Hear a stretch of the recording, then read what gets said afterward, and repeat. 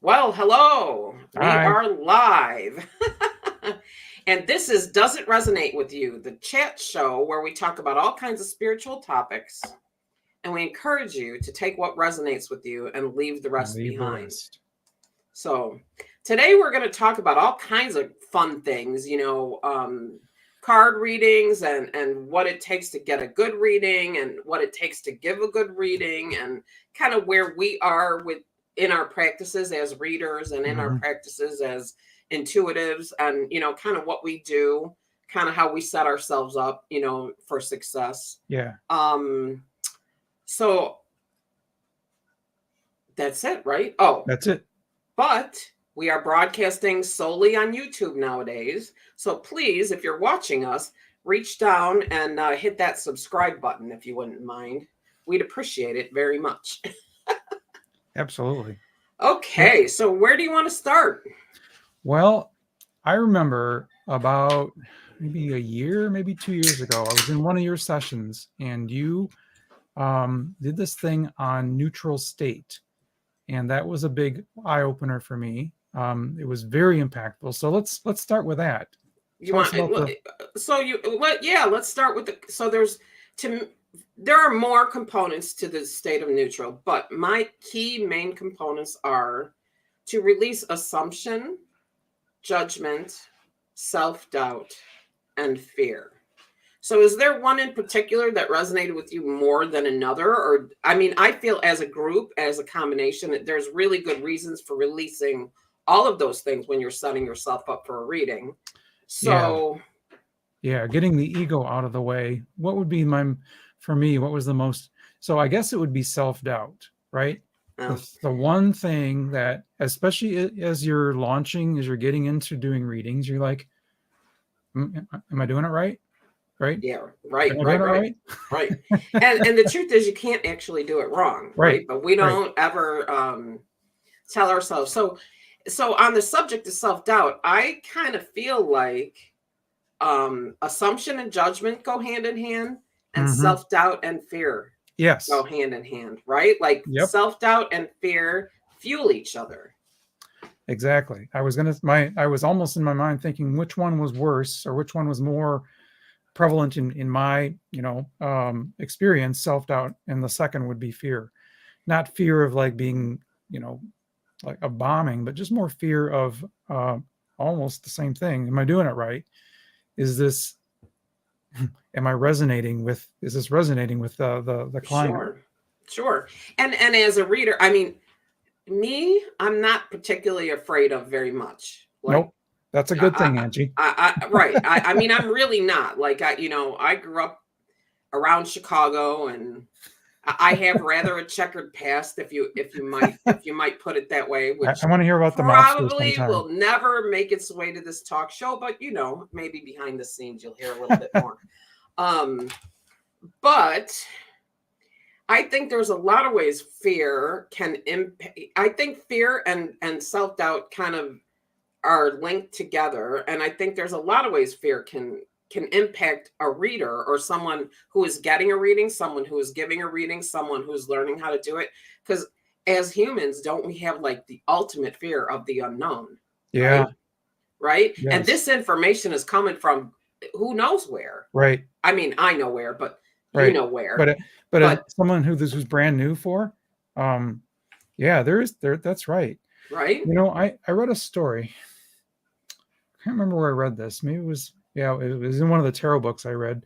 But the someone has never had a reading before. It was in kind of a girls' night out situation. The reader read for her, and she just started crying. And so the tarot expert, the reader, the writer of the book was saying, boy, I wonder if what happened here. And what actually happened is this girl was just so overwhelmed by how amazing and spot on the reading was. She just had no other response other than just to cry because she didn't know what else to do. It was so surprising to her. And so the energy worker in me wants to say that was also a form of healing and release. Ah, So, yeah, right? So yeah, um you know it's really something how kind of what you think psychic work and intuitive work is before you start doing it compared to after you start doing it. That's a And great topic. right, I mean, Yeah, wow. we really, we can put that on the list, to go into further. Yeah. But it's kind of like when you have the idea as they say, oh, how can you possibly be psychic? You haven't won the lottery. Well, you can't psychically glean only like probably 1/10 of 1% of people who have any kind of inner vision could come up with the actual numbers, right? Numbers, Like right. Most it's numbers aren't really a thing you get very well. I mean, not right, not very much, and yep, everybody connects in a different way. yep. But when you start to really move into the work and when you start to really practice with people, what you can see is that you're giving them validation of some form when you're Mhm. doing these readings for them. And when you give validation, you're changing their vibration. And when you shift their vibration, you actually give them the opportunity to heal and Ooh, release some things that have been hanging over them. So wow. it's really, if you take it seriously, which is another topic for another day, because Right. I've had, for some reason, when we set the intention to do this show, all of a sudden on Instagram, every time I turn around in my DMs, there's somebody saying, I have felt your energy from your page, and I would love to give you a reading because I feel there's something I can tell you. And of course, you know what my response is to that. I don't get Um, readings. right. I don't accept unsolicited readings. Not only that, but I haven't given you permission to read my energy. So, and Right. You then don't get most of the nothing. time it turns out to be a fake, a scammer anyway, somebody impersonating someone. Thousands, So, thousands of right. So, scammers. I mean, it's, so many. So anyway, and those people feed into that energy of fear and doubt, right? Because Mhm. because if you're a gifted reader, right? Mhm. But you have this kind of niggling doubt, and then now all of a sudden you see all these scammers, people are talking about them all the time. Well, what if I'm perceived that way? Like Yep. it's just another way to add to it. So if you can really start working on the fear, I think the doubt has the possibility to fall away. What do you think? Yeah. Yeah. Going back to the perception of kind of our industry. Um, I was browsing one of my favorite silly websites a couple days ago, and there was a topic. So it's one of these sites where someone posts a topic, and they say, "Hey everybody, what is your favorite such and such?" and give a picture and a story. And the topic was, which professions shouldn't exist because they're scams. And Mm. right, so here's an obvious one, used car salesman. Another one was like medical insurance adjusters, people who actually decide if your insurance is going to pay for your Wow. situation or not, right? True, right? Right. Yeah. But here's what came up, and I was dismayed to see this. One was psychics, another one was alternative healing. I'm like, oh man. So Well, there are always going to be those, right? yeah, But yeah, there I are know. less people saying that now Yeah, that's a than good there point. were, That's a good even a point. decade ago. That's a good So, point. So thank you for kind of putting that in perspective. right? Yeah, I there want are us to be the ones that turn that around. yeah, see, and we're, we have determined sort of the boundaries for where we're going to go on this show. So there are Right. a few other things I could throw out there that I just won't for the time Okay. being. Fair enough. um about people pretending to be things that they really aren't, Right. and what have you. But you know um you just can't make some of the stuff up, right? Like the Right. idea that okay, for example, I did akashic work. I did an event. We talked about it last week. I did an Yep. event with Lisa, and I never met a single one of those people. Never met any of them until after I had done their readings.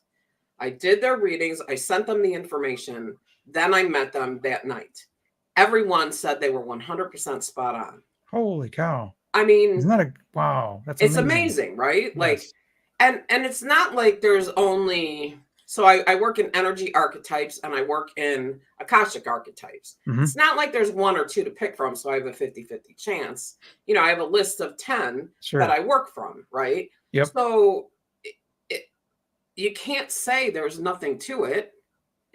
It's legit, but it's just not, it's not what a lot of people think it is. I don't know exactly how I'm trying to say that. You know, it's like people, oh, well, can you get the lottery numbers then if you're a psychic? Or can you read my mind? I don't want to be anywhere near you. Can you read my mind? No. Right. I Right. mean, Those although kind of comments or misunderstandings of how we work. right. I Yeah. do have a friend that's a mind reader, and I'm, you know, I'm 100% sure he's legit.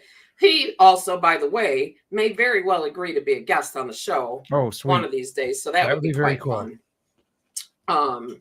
But yeah, so wow. So neutral state, self-doubt, fear. You know, here's the thing. Self-doubt and fear are present in your day-to-day life too. So how would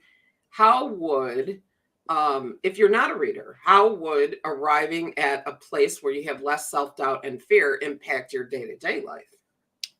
I think that's kind of the key for um, getting. For me, that's the whole point of woo, right?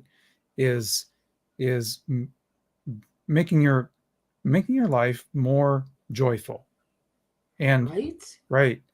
Um, not to jump ahead with our shameless plug section here, but my book talks about woo woo, and the whole point of woo woo for me was realizing that life is joyous and amazing, and fear just didn't have to be any part of it. So yeah, there's a there's a strange dichotomy, and tell me what you think of this. Okay, so some people have very clear innate psychic abilities, Hmm. but deep down they're just really grumpy, unpleasant people. And then you have people that are, you know, in the mindfulness, and they're very calm. Like two of my favorite people, Jack Cornfield and oh, what's her name? Anyway, there's a guy I follow who's a meditation teacher, and just all around warm, genuinely deeply peaceful, happy person. But you know, he's not psychic. It doesn't. But then there's the people that have both at the same time. They're deeply joyous. They have a deep inner peace, and they have these psychic abilities. I think that is the archetype. I think that's where things are headed. That's where I think things are headed. So sort of like if you have a Venn diagram, Yeah, that right, exactly. It's and where this they intersect. right So there, right so there. so I would,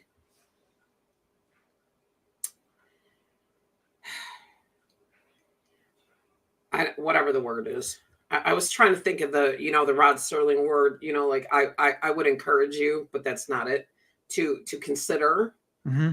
the fact that everybody's got psychic abilities. True. Yep.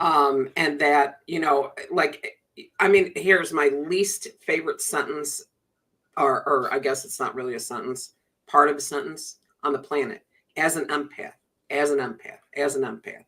There's so many people who say, as an empath, I can't handle being in crowds. As an empath, Okay. right? Right. The truth is, everyone's an empath. It's inherent to our human nature. 600 years ago, 500 years ago, 800 years ago, we all needed to be empathic, right? Because we needed to know if those people coming down the road toward us were friends or they meant to run us through with the sword. So we Oh, kind of needed to have, you know, right. That gut feel was much that stronger then. spidey sense, as they call it Yeah. nowadays, Yeah. Yeah. right? Like, Right. so go with your gut. That's been around forever. When I was a little kid, and I really honestly thought this was how it was everywhere. When I was a little kid in the 60s, PS, and we needed milk, my mother would go, I'm going to send your father a message. We need milk.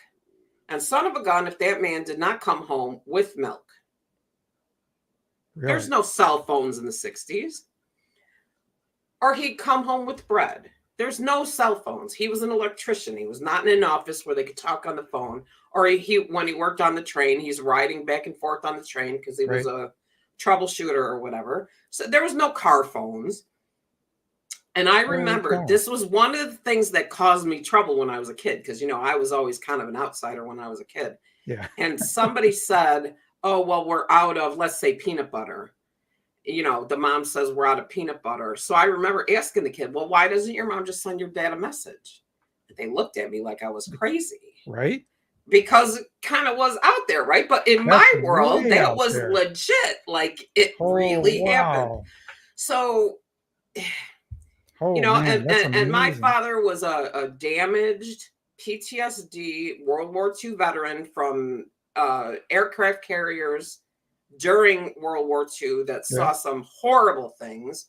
And my mother, well, at that point, was not much longer for this world. You know, she passed when I was 16. So that was a long time ago.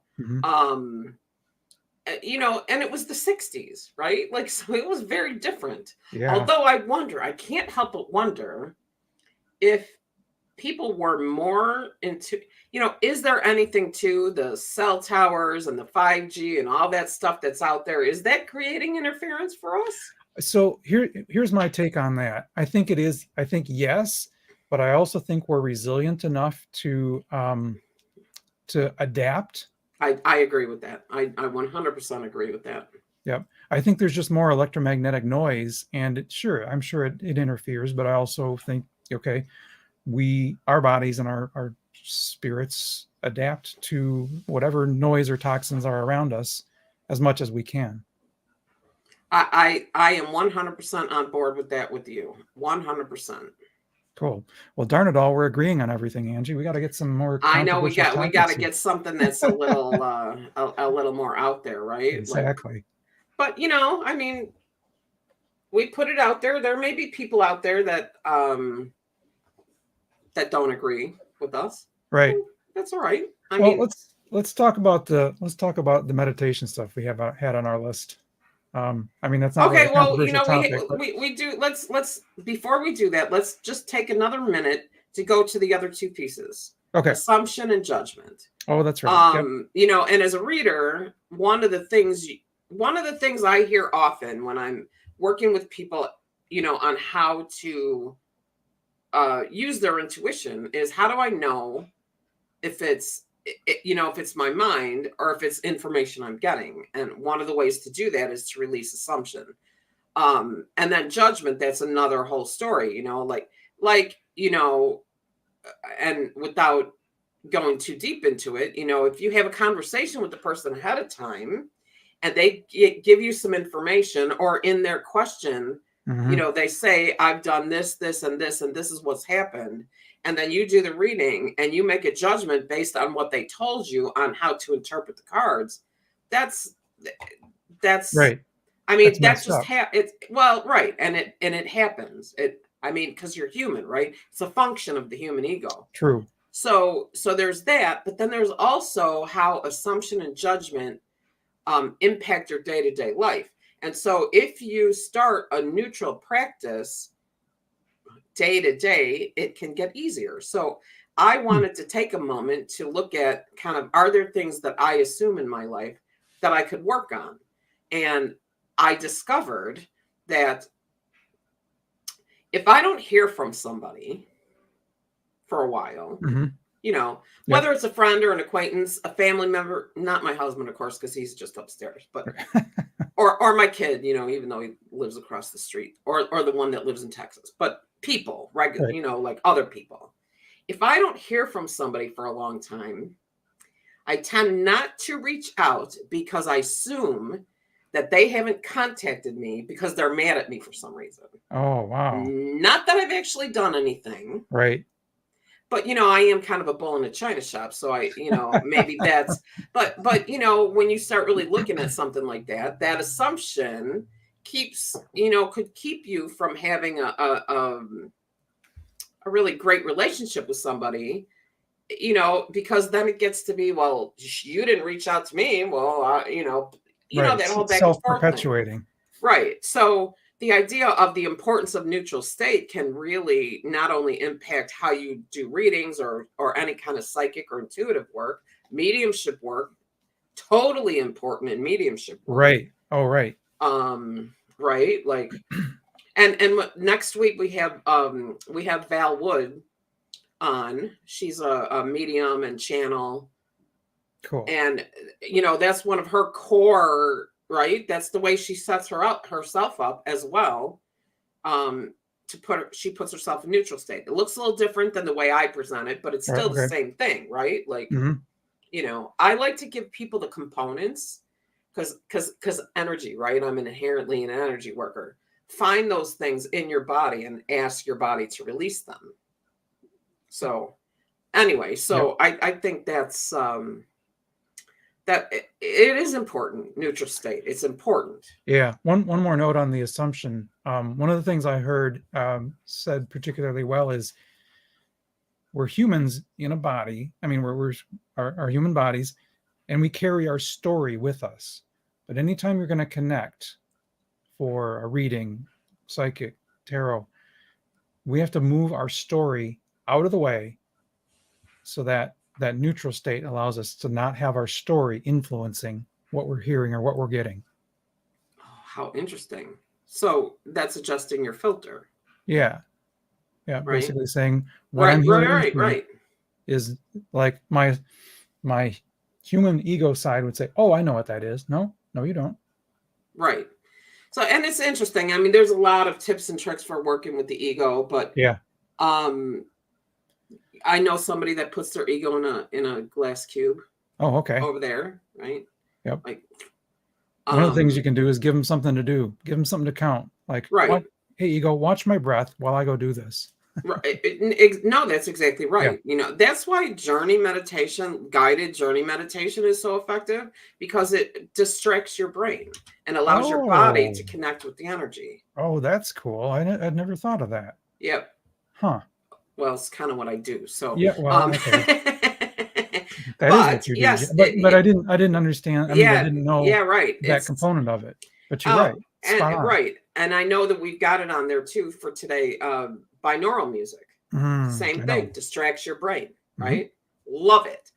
There was something else I wanted to say. I hate when things fly in and fly right back out again. It'll come to me, I suppose. It will. Probably tomorrow. Or 2:00 in the morning. Yeah, well, I'm good for that too. So, what are you gonna do? Anyway, yeah. So that's the practice of that. No matter what you do, neutral state can have a positive impact. Set yourself up for neutral state before you do a meditation. Set yourself up in neutral state before you walk into a job. Before you walk into your job, neutral state, so you're less affected by those things, those energies that are coming with you, that are coming at you. I do have a student that does that. Yeah. That kind of reminds me of the importance of the morning routine, right? Right. I've heard even from just strictly business, gurus, do not start your day on social media and email. But even better than that, start your day with, a card pull. I got my little essential oils thing over here, some meditation music, and I have two favorite writers that send meditations every morning. Marianne Williamson sends one, and I've got one from Suzanne Giesemann. And just reading that and kind of making that the start of the day. Okay, I'm now in a neutral state. I'm ready to see the day. There you go. I mean, there and those things are important, whatever they look like, whatever they look like for you, right? Because again, as an energy worker, that is the very first thing I do is balance my energy. That's my focus. That's what I do. And the more people I teach to do that, the more people understand, why that is. Because balanced energy is resilient energy, however you get there. Whether it's, Reiki or Amakuaki, which is something I also do, meditation, chakra meditation, binaural music, whatever it is, anything you can do to arrive in balance, because it is, after all, your energy that's being affected, right? Yeah. And so balanced energy is resilient energy. Balanced energy is sound and smooth, and things can bounce off rather than attach. Right. Which is a simplistic way to put it, but cool. No, I like that. Right? That's a nice picture. There's a good picture there. yeah, right. It's really fascinating when you start working with the energy and the chakras, and how you can put those stories together. And I can assess the person's energy and say, this is what's going on in your life based on what I get. And they're like, but how do you know that? Well, because I know stuff. No, Right. because your energy tells the story. Yeah. Right. Yep. So that's that, and I there was something else I wanted to touch on before we move to anything else, and it's almost time for shameless plug. I don't know what we have to plug at the moment, but well, I have something and you have something, so it's all good. Something. What about the people who say, I'm afraid to get a reading because I'm afraid they're going to give me bad news, or I'm afraid they're going to tell me something bad? I feel my heart hurts for them, for people that feel that way. Yep. Because that is fear, right? I think there's two components going on. One is, on their end, you got to let go of the fear. But I think on the reader's end, you have to be so careful not to present, this is a set in stone reading, and I'm sorry to give you bad news, but there's nothing you can do. No, readings are, as we see things right now, this is what's coming. What are you going to do to make things better? What are you going to do to take this information and make a little shift in how you are acting or seeing the world, so that that reading isn't your set in stone future? It's a little like, hey, you might like to know, you might like to change a few things. See, and I never ever give answers like that. Like, my readings never come out that way. What do you mean? So but my readings never come out that way. They just don't. I don't. Because neutral state, prayer of intention, sacred container from which to do the work, deliver this information and energy in a way that is comfortable and appropriate for all concerned. Yes, and exactly. Comfortable and appropriate very, very rarely includes any kind of bad news, which is fine by me, because bad news is going to come no matter what. If it's on its way, or if it involves other people, that it just kind of is what it is. So let me shore you up in a way that shows you what actions and choices you can take and make to make yourself resilient. Yes, resilient. Right? Yep. So, but there's never, ever bad news in a reading, unless you ask me a yes or no question and you really want to hear yes, and the answer is no. Yeah. But then I have this one deck that always tells me no, and I don't like it. I got a deck like that too, and it was so annoying. Every time I read from it, it always gives me like the equivalent of the Tower card. Like what? Fine. Yeah. And so, we'll get to shameless plug in a minute. I think that's a really good little bit of a segue, where I actually believe that there are decks that resonate with people and decks that don't. And I have bought decks and I've tried them out and said, nah, not so much. If I can see them in a shop and interact with their energy, then I can leave them behind. I do leave them behind. If I order them from Hay House when they have their darn 50% off sale, that limited time only, because it's not going to come around again, for another 3 weeks.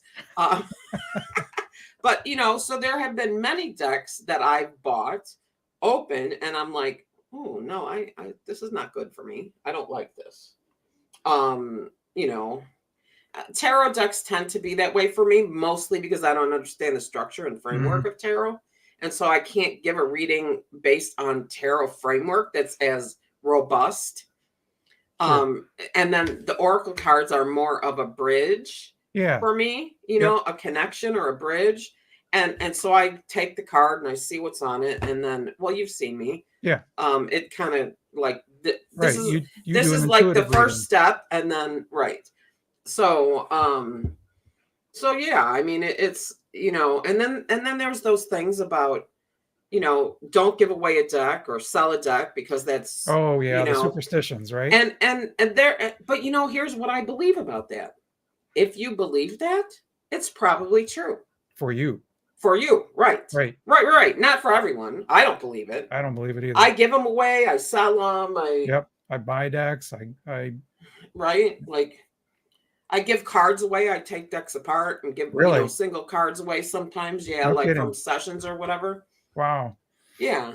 That would drive me nuts. That's going in out. It's going in the Well, outdoor for me. so, okay. I get that, but you might understand if I tell you I've got 3 or 4 decks that have 2 authors, that I have another one. I have a newer version that only has 1 author, if Ah, you know where I'm yes, going with that. I do. I So do know. the ones that have 2 authors, I give those cards away. Okay. It's the All right. same deck. I Yep. have the replacement. I still have the it's a same deck that deck, has but served it's its purpose. exactly. And now the cards, as they move on to other people, serve as they serve as, like a beacon of hope, or Sure. whatever it might be. So Sure. Yep. that's kind of where I'm at with all that. So let's see. That's good, and very kindly put. Right. I mean, that is what it is. That may be a conversation to be had at some point, but someday. I don't know. Anyway, now it's time for the shameless plug. So you go ahead and go first. All right. I am going to plug my card deck. So I have an Oracle deck that I created. It's the Woo Woo deck. It is available on woowoobook.com along with my book for pre-order. And there's a link in the comments. Oh, fabulous. Okay. If you go to woowoobook.com, at the top, there is a shop menu option, and that will take you to the shop where you can buy my Oracle deck. And my book is still in process and will be, when it's released, you're going to know loud and clear when the book is ready. But at this point, you could order the Oracle deck and get ready for the book. I'm also going, you're going to like this, Angie. I'm going to have a companion t-shirt that says, yes, the shirt says, ask me about woo woo. Oh, there you go. Ask me. Oh, I'd have a lot to say. Yay. Right. All right, on to you. Is that it? Yeah. Oh, yeah, I guess.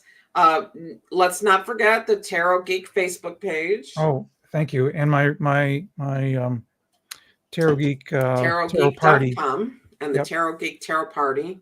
Where do people sign up for that? Do they need to be in your group to get to that? They do, yes. So there's 2 ways. If you go to tarotgeek.com, you can sign up on the list there, and then you will be invited to the tarot parties. If you go to the Facebook group, you have to ask to be a member of the Facebook group, and then you will get the invitations over Facebook. Okay, perfect. So I'm going to put a link to the group in the comments. And that is a situation where you exchange readings with other people. You can come and give a reading and get a reading, just get a reading, or both. Correct. So, and it's a good time. It is. Honestly. It's always fun. That's one of my favorite things to do. Yeah. So, okay. And then what is that Sunday? What's the date? February 26th. 26. You can get the information on my Lasting Serenity Facebook page. There is a link in the comments. I'm doing a brand new meditation called The Wheel. It is a session. It's a full session that I usually do on an individual basis, but I've been shown to do this as a group situation. And what this is about is connecting with yourself at different points in your life, so different aspects of yourself, and clearing the connection between you and that aspect. So it might be your inner child. It might be you when you were a child. It's always one of your guardian angels is there. And it's always the ultimate version of yourself, whatever that is. So that might be now, that might be in 10 years, but the ultimate version, when you have kind of come to the place where you understand what your life is about and where you understand how to be in alignment with what you need to create, you know, when and I say need, what you need to create here on earth, because that you come here to create a human existence, right? Right. And my meditations are unique because not only are they guided and not only are they a journey, but they're also supported by energy. So my meditations are energy meditations. They're different than any guided meditation you could do. That's why they're on Zoom, so that you can have access to my hands. Cool. So I put a link to the Facebook event, or you can go to angiezxuh.com and find it under special events on my scheduling page. And that's it with the shameless plug. Awesome. Awesome. Thank you all so much for listening. Now, what's next on your list? Well, I wanted to talk a little bit about a preparation I learned in a class I just took over the last few weeks, kind of preparing yourself for connecting to the other side, or connecting with spirit, connecting with a guide in order to do a good reading. So backing up a little bit. Sorry. What I learned. Somebody just said, just listen, but go ahead. That's what I hear. All okay. right. Well, like, all right. We all know that I hear voices, so that's neither here nor there. But to someone who has never listened before.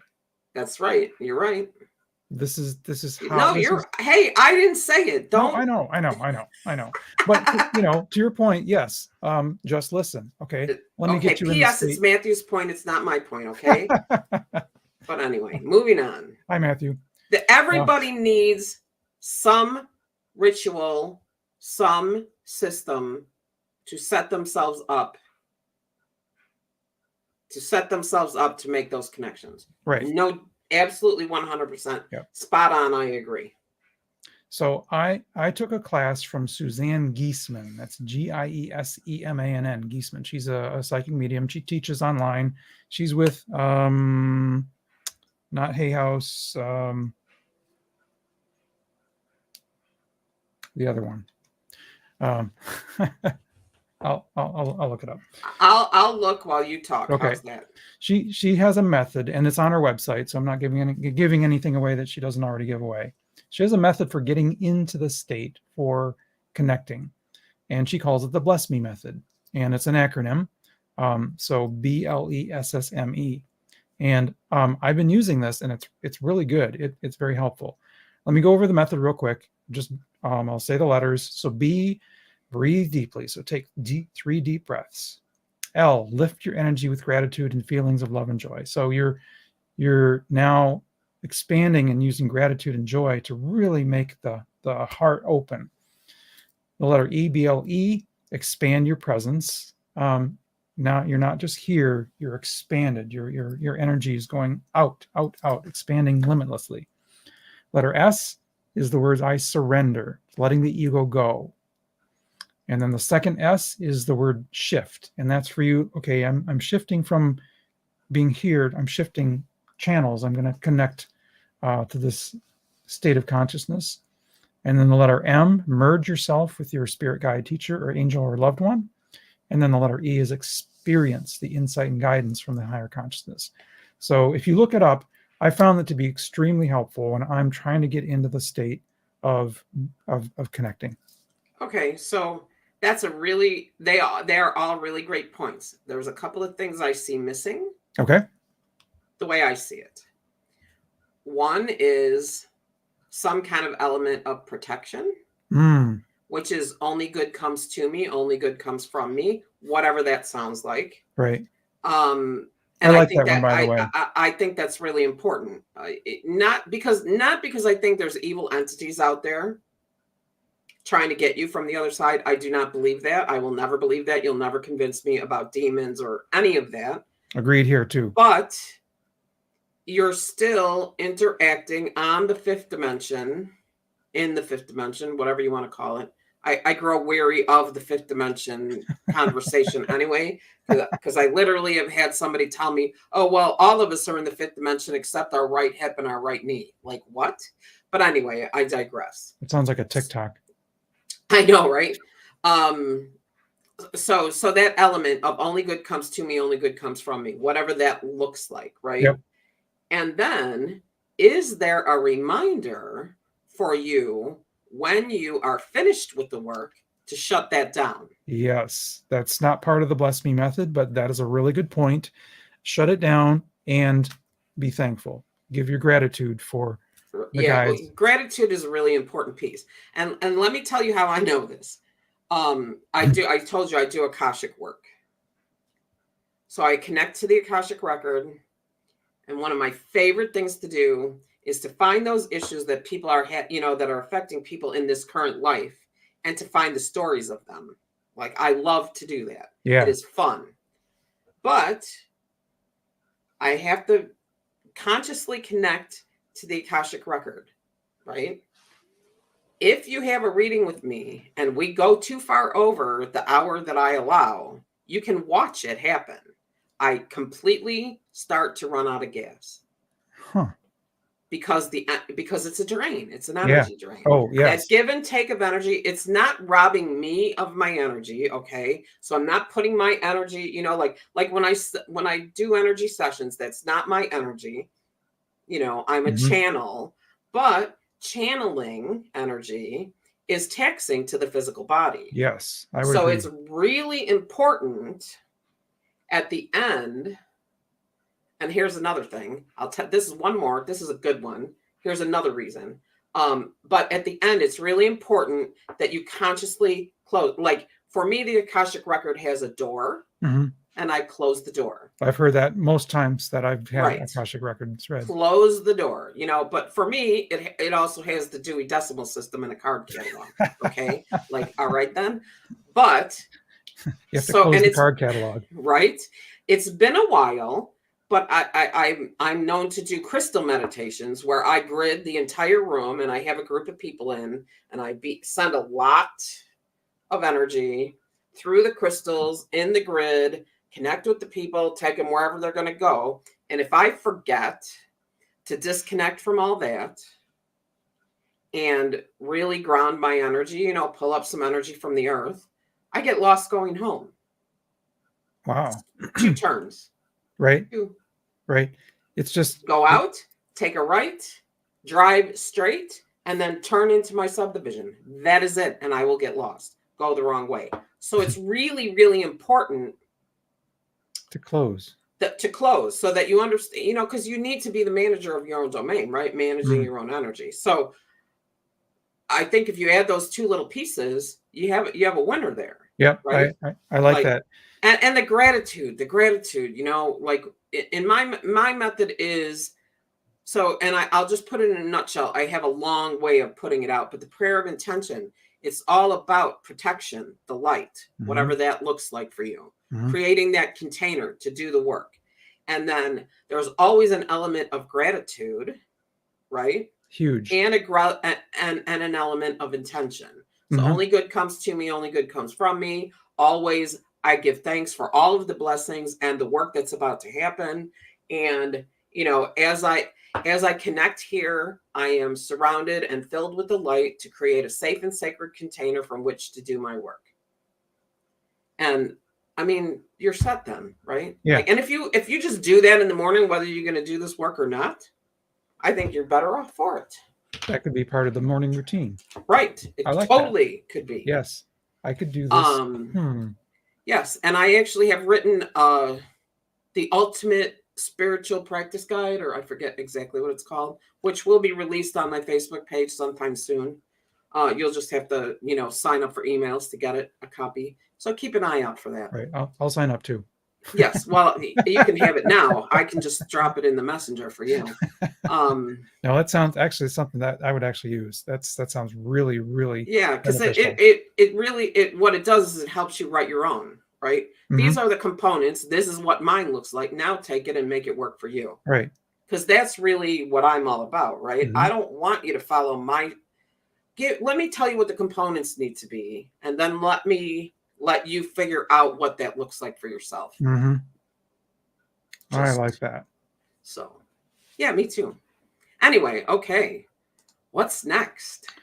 Well, we're going to do an oracle deck, and we want to talk real quick about binaural beats. You think we got time Oh for both? gosh. Yeah, why not? All Yeah, right. we don't but there's binaural beats, but there's all kinds of binaural music on YouTube. Right. Right. I just on YouTube search, I just typed in binaural beats, and I picked the first one that I listened to it, and like, yeah, this is good.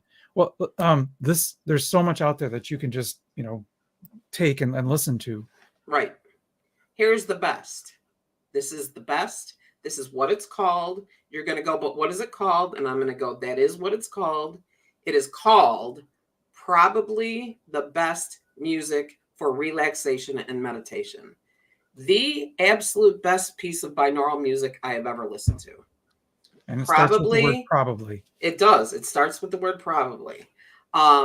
Is that a series? Isn't there like a series of those? There might be. It Okay. might be. I mean, I know this one particular I know this one particular, version, but Mhm. I think actually that there's more than one. Like if you go say onto Amazon Music and you go to buy it, I think Yeah. more than one come up. Okay. All right. But I'll put this. So this one I use so much that I can't use it with clients because the minute I hear it, my body goes, "Oh, time to check out." That whole Pavlovian thing, right? Yes, Like sure. my Right. body just goes, You've "Oh, trained yourself to yep, get into meditative state with that. exactly." Wow. And if I could give anybody a piece of, uh-oh, did I not copy it right? If I could give anyone a piece of information, especially when they are just starting out with meditation, is use the same music over and over. You know what? Use the same piece. Keep I using the same piece. I did that when I started meditation, and I did it because I was lazy. But it actually worked because I used like I had the same piece right on my phone, right on the home screen, and I'd always use the same music. I think I used it for like 6 months. And then I Yeah. thought I should probably get some new music. But by just being lazy, I did exactly that. How interesting. Yeah. I mean, I'm telling you, like, there's this one, and then there's another Hertz piece. I think it's, what is it, 512? Oh yeah, I had a list of some of those frequencies. I can't remember, but there's another piece that, um, well, I can do this to myself with crystals too, though, in the office, but it's like, wait, where'd I go for a minute? So I've done it with crystals. Like I've been in the middle of a class and I build crystal contraptions. That's what I call Ooh, them. Where I wow. take crystals and put them together, like in a stick. And I made one time that was so powerful that I put it in the middle of the room, and it was 3 people. It was me as the teacher and then 2 students. And after about 5 minutes, one of us was like, "Oh," because Turn that off. we were all staring at each other. I Right. was like, "Oh, I think we better take this apart." So, I mean, I'm all over playing in the energy. That's my That's thing. really fun. Yeah. So anyway, so I put it's not really showing what the links are, but all of the links that we talked about are in the comments of and it'll all be on YouTube, Yep. right? So let me talk real quick about what binaural beats is, because not everyone knows what that is. yes. Basically, what it is if you have one frequency going in one ear and a slightly different frequency going in the other ear, your brain hears the difference between the two frequencies as its own frequency.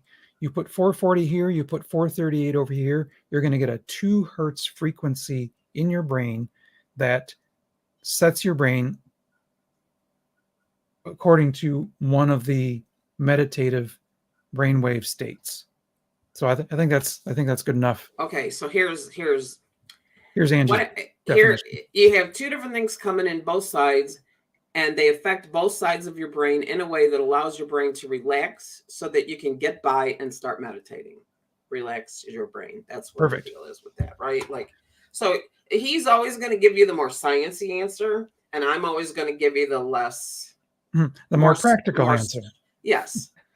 Both answers are valuable because they're really both the same answers, just told to you in a different Right. fashion.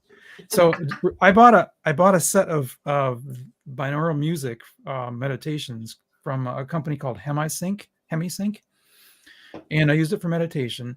And darn it all, no matter how alert I was, 15 minutes into that thing, I was just out. And I'd try it in the morning, and I'd be out. I tried it at night, and I'd have to I'd like, oh, there So goes an hour. here comes the energy worker again. Okay. Yes. Did you sit in the music while you were sleeping? Yes. So you got benefit of it anyway. Yeah, absolutely. It was No doubt. I believe 100%. So that's why those things are so powerful. You know, like if you have a sleep machine and it's got binaural music on it for putting you to sleep. It works. Yes, it absolutely works. Yep. And it calms all that down, right? Like, yeah. Yep. That I've run across a couple meditations where it's like no matter what there were a couple of attunement meditations that I did, like for classes I was taking.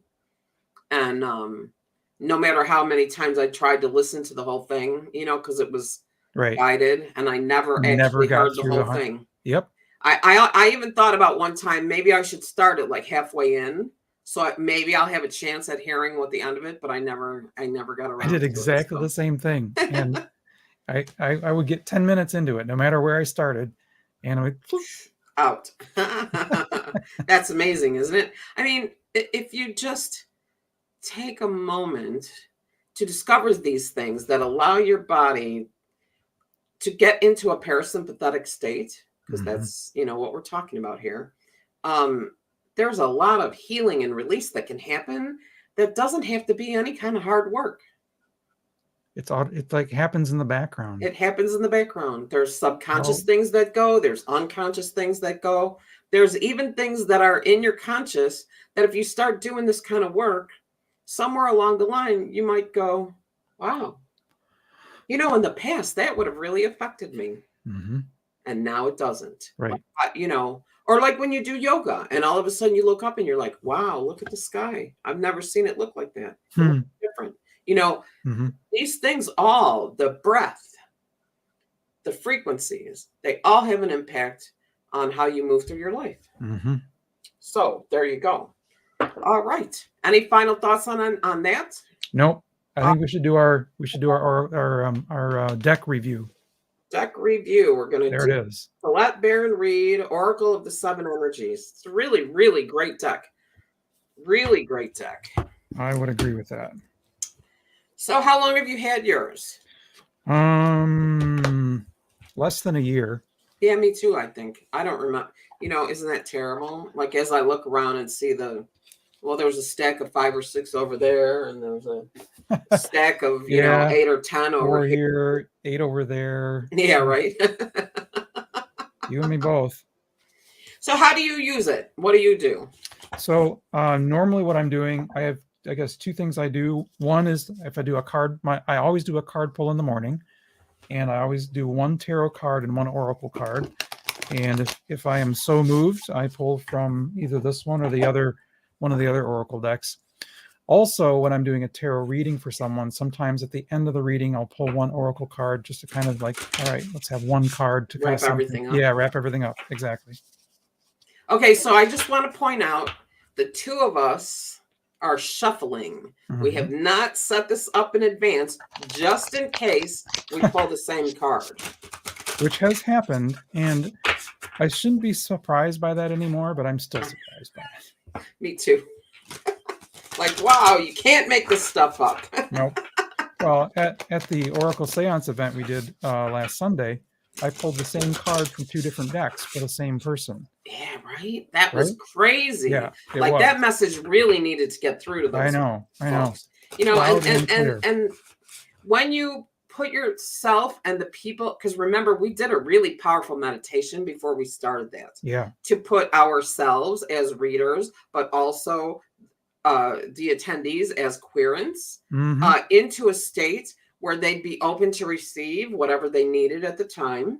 You know, so I would put to you that an event like that can be very much more powerful in the idea of doing a reading than, say, an expo, which is very fun. And Right. I love doing an expo. But this was even though we were all on Zoom, it was a much more intimate and it was sort a of really powerful vibe. Yep. Contained, you know, a dynamic and really what we did was we created an energy matrix. Yep. Right. Like, anyway. Okay. So what are we looking for folks right now? What do they need to know this week? Sure. Yeah. Let's give them a little send off. All right. So you go first. Okay. So I pulled card number 10 and it says at the bottom, Close Encounters, which reminds me of a movie from the 70s.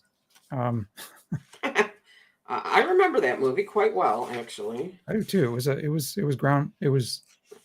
groundbreaking, and I was really young, so I didn't quite know what was going on. All right, so let's see. Here's what it says. This is a time of connection that asks for you to be vulnerable and authentic. Let go of any social masks or constructs that you use to keep yourself apart from others. Lower your shields and allow yourself to step into a dance of intimacy. When you become close to people, you remind yourself that you are not alone. You are part of a beautiful, meaningful bond. I have a personal story to go along with that card, but I'll have you pull your.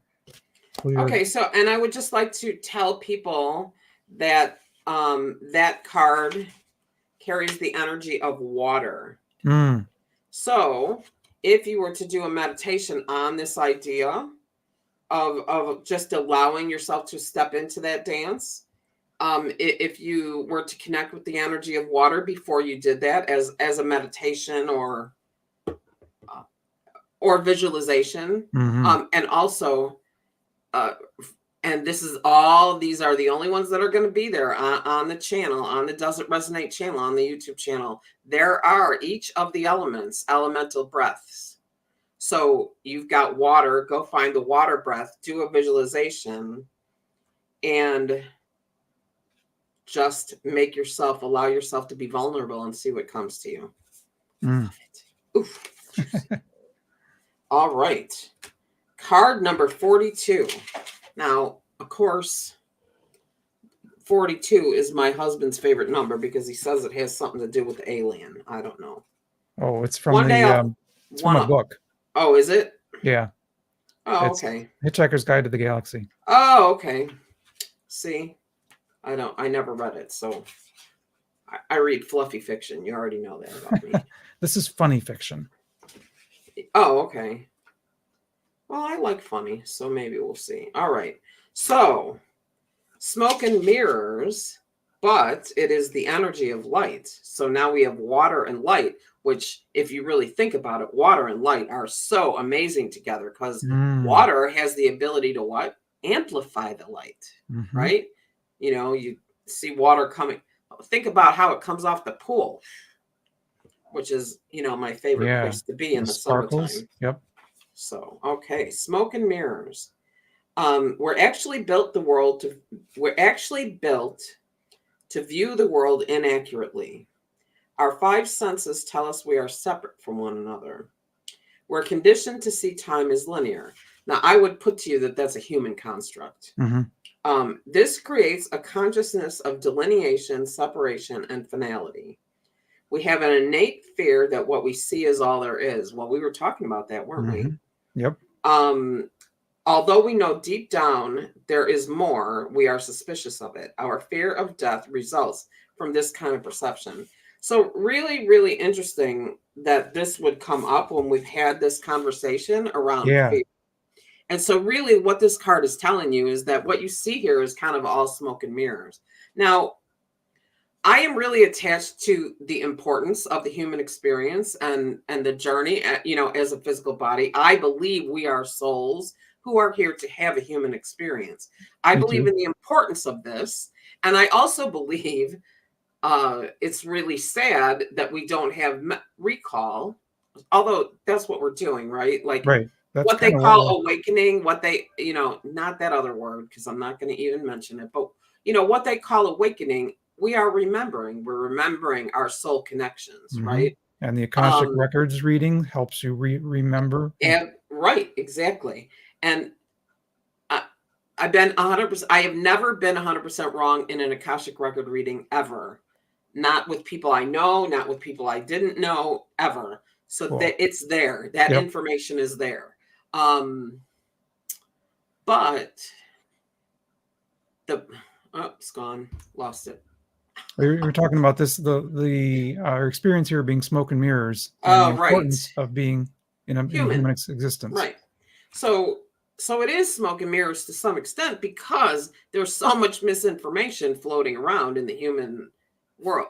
Confirmation bias is a lot Right. of it, but the idea that everything that we do here has an impact on what happens on the other side, when in fact, not my own answer, but the answer I've gotten from many angels, teachers, guides, is that we set ourselves up to be here from the other side, not vice versa.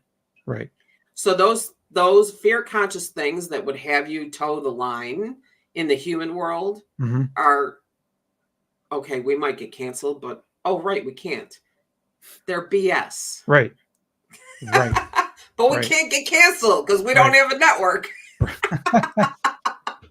So there you go. So that is the answer to that question.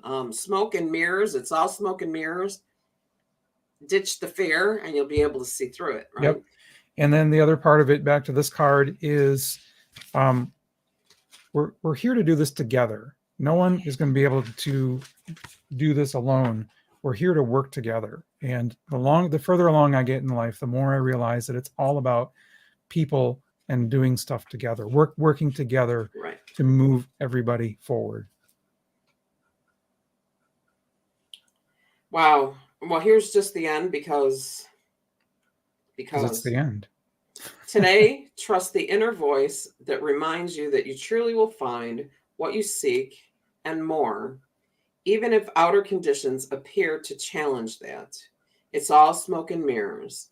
Things are not exactly as they seem. Mm-hmm. So that could resonate with you in many different ways. You might have a situation in front of you that is not quite what it seems. You might be questioning where you are in your spiritual journey and where you think you want to go. Really interesting. I don't know anybody who stepped their first step on a spiritual journey that their journey 5 years later looks like what they thought it would when they started out.